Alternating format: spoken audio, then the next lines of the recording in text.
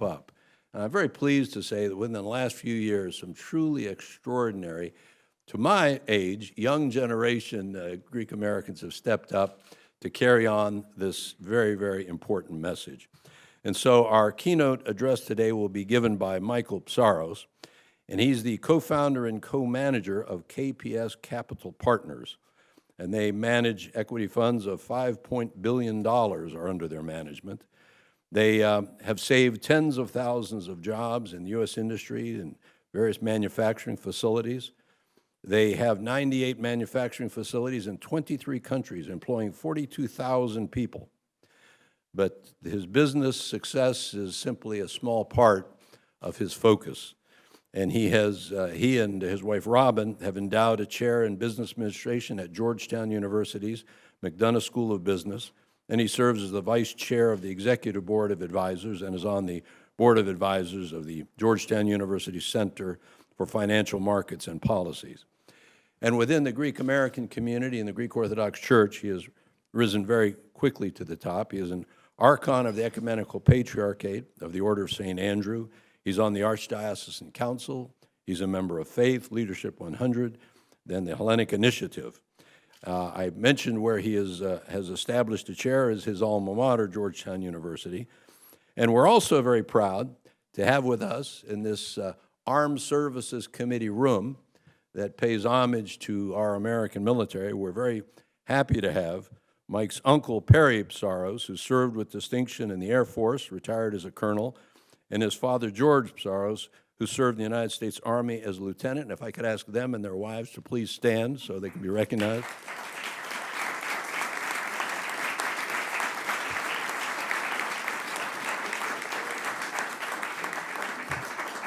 And now we'd like to hear from Michael Psaros. Michael? Thank you. Good afternoon. It's humbling to be in this room today. Today we celebrate, recognize, and honor the 75th anniversary of Ohi Day. I would like to recognize all of the constituencies present today, representatives of government, representatives of the United States and Greek and other militaries, representatives of our NATO and coalition treaty allies, representatives of the diplomatic corps, the Greek American community, and all Philhellenes. I would also like to recognize and acknowledge my friend, Protopresbyter Alexander Karloutsos, representative of His All Holiness Bartholomew, Ecumenical Patriarch of Constantinople and New Rome, and all of the reverend clergy that are present. I would like to thank and commend Archon Andy and Archon Mike Manitos for their brilliance in creating the Washington Ohi Day Foundation and for hosting this solemn event. We all congratulate today's honorees, 3 brave men who served their countries with honor and distinction during World War II.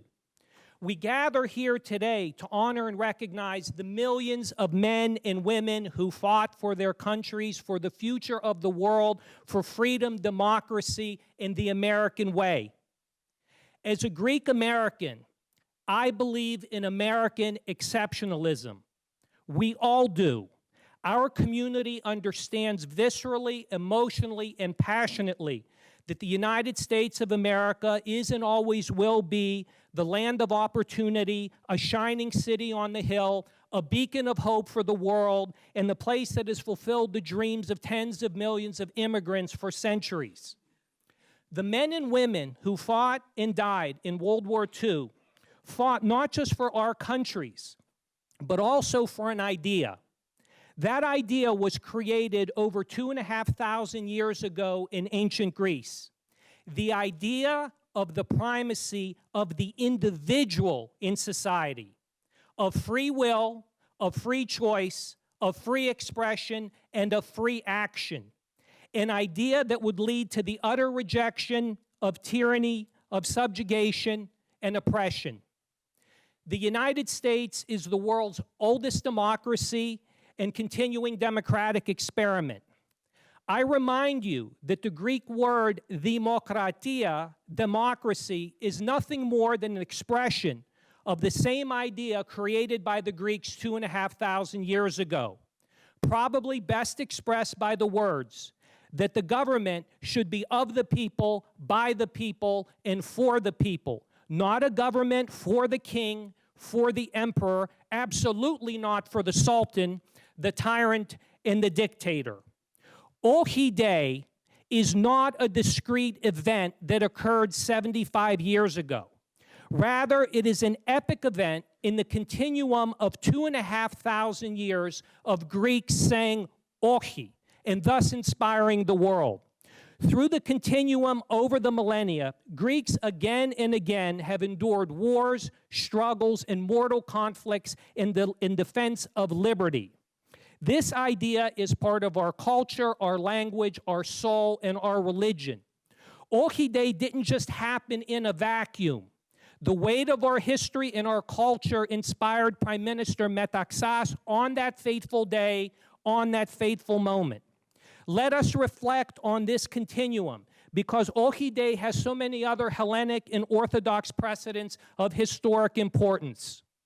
The first triumphs of the Greeks are known to history in their world by their immortal names: Marathon, Thermopylae, Salamis, and Plataea, that individually and collectively saved Western civilization while it was in its infancy. Each battle, each combatant, through his service at arms, said Ohi to the despotism of the East. Next, the Greek people witnessed the deaths of our Orthodox Church's martyrs and saints over the millennia, who went to their deaths because they were unwilling to deny their faith. Each saint and martyr said Ohi through their actions and their ultimate sacrifice. Unfortunately, this sacrifice continues to this day as Christianity is being liquidated in the Middle East, in the place of its birth, without any assistance from the West.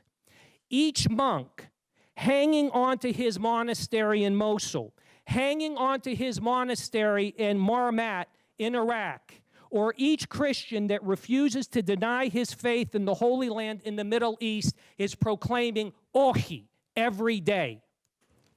Next, the Byzantine Empire in Constantinople stood as a wall for 1,000 years against the forces of the despotic East, allowing Western civilization to develop and flourish.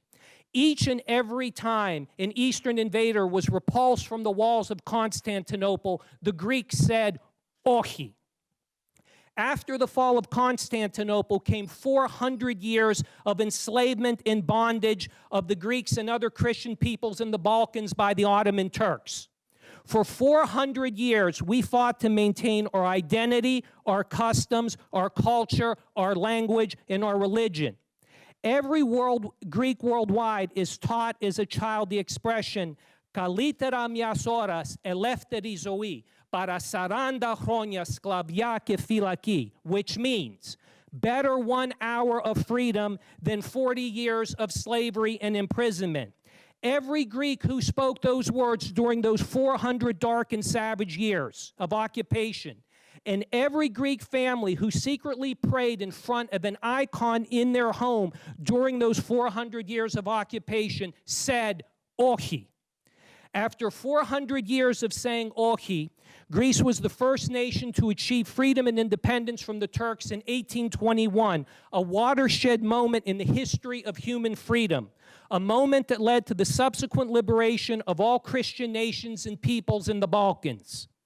Next came the sheer force of will required to survive the genocide of the 1920s, where 2 million Christian Greeks, Armenians, and Syrians were murdered by the Turks unapologetically to this day. I remind you, when Hitler presented his final solution to his general staff, upon questioning, he said, and I quote, "And who remembers the Armenians?" And so each family who survived this genocide, and each family who survived the subsequent forced migration and resettlement exclaimed Ohi every day by their simple act of survival. And this brings us to Ohi Day. We should recite here today the events that occurred so the world beyond our community understands the magnitude of these events. The facts speak for themselves. They require no oratory, no embellishment, and no iography. It all began when Mussolini's Italy invaded Albania in 1939, forcing the abdication of King Zog and the union of Albania with Italy. In response, both Great Britain and France guaranteed Greece's territorial integrity, but once the war started after Germany's successes, those guarantees were meaningless. Greece was on its own. Italy had 44 million people and Greece had 7 million people. Italy's army had 10 times the firepower of Greece's, and its air force commanded total air superiority. This is why Mussolini's advisors thought its army would conquer Greece in 2 weeks. So at 3 a.m. on the morning of October 28, 1940, 75 years ago today, Emanuele Grazzi, the Italian ambassador to Greece, delivered an ultimatum to Mussolini, from Mussolini to Prime Minister Metaxas. Mussolini demanded that Greece surrender. Metaxas delivered an unequivocal response, "Ohi." At 5:30 a.m., before the ultimatum had even expired, the Italian army poured over the Greek-Albanian border into northern Greece. The Greek army went on to utterly destroy the Italian army, evict the Italian army from Greece, counterattacked and invaded 60 kilometers into Italian-occupied Albania. Mussolini assumed personal command of the Italian army after firing 3 of his generals because he was afraid that the Greeks were going to cross the Adriatic and invade Italy. Now, ladies and gentlemen, this is important. This is the first Allied victory in World War II over an Axis power. Hitler could not tolerate a British presence in Greece and also proceed with the invasion of Russia. He had to secure Germany's Balkan flank and coordinated with his ally Bulgaria for the simultaneous invasion of Greece. Despite their defeat by Germany, the Greeks fought long and hard. For 6 months, they fought the Italian army and forced the Germans to delay the invasion of Russia. The delay proved fatal for the Germans. I remind you that Hitler's tanks froze in the Russian ground within 30 miles of Moscow in December. One of history's great what-ifs is, what if Hitler's army had arrived in Moscow just 2 to 3 months earlier than that December? Unfortunately, during the German occupation of Greece, over 10% of Greece's population died. That's over 1 million people out of a population of, at that time, of 7 million people. How important were those 3 months that Greece fought the Axis? How important was the delay of the invasion of Russia? Hitler's chief of staff, Field Marshal Keitel, said of Greece's extraordinary achievement when he testified at the Nuremberg trials, and I quote, "The unbelievably strong resistance of the Greeks delayed by 2 or more vital months the German attack against Russia. If we did not have this long delay, the outcome of the war would have been different in the Eastern Front, in the war in general." And that is why Winston Churchill said, quote, "If it had not been for the virtue and courage of the Greeks, we do not know which the outcome of World War II would have been." He continued, "Hence we will not say that Greeks fight like heroes, but that heroes fight like Greeks." Our President Roosevelt said, quote, "When the entire world had lost all hope, the Greek people dared question the invincibility of the German monster, rising against it the proud spirit of freedom."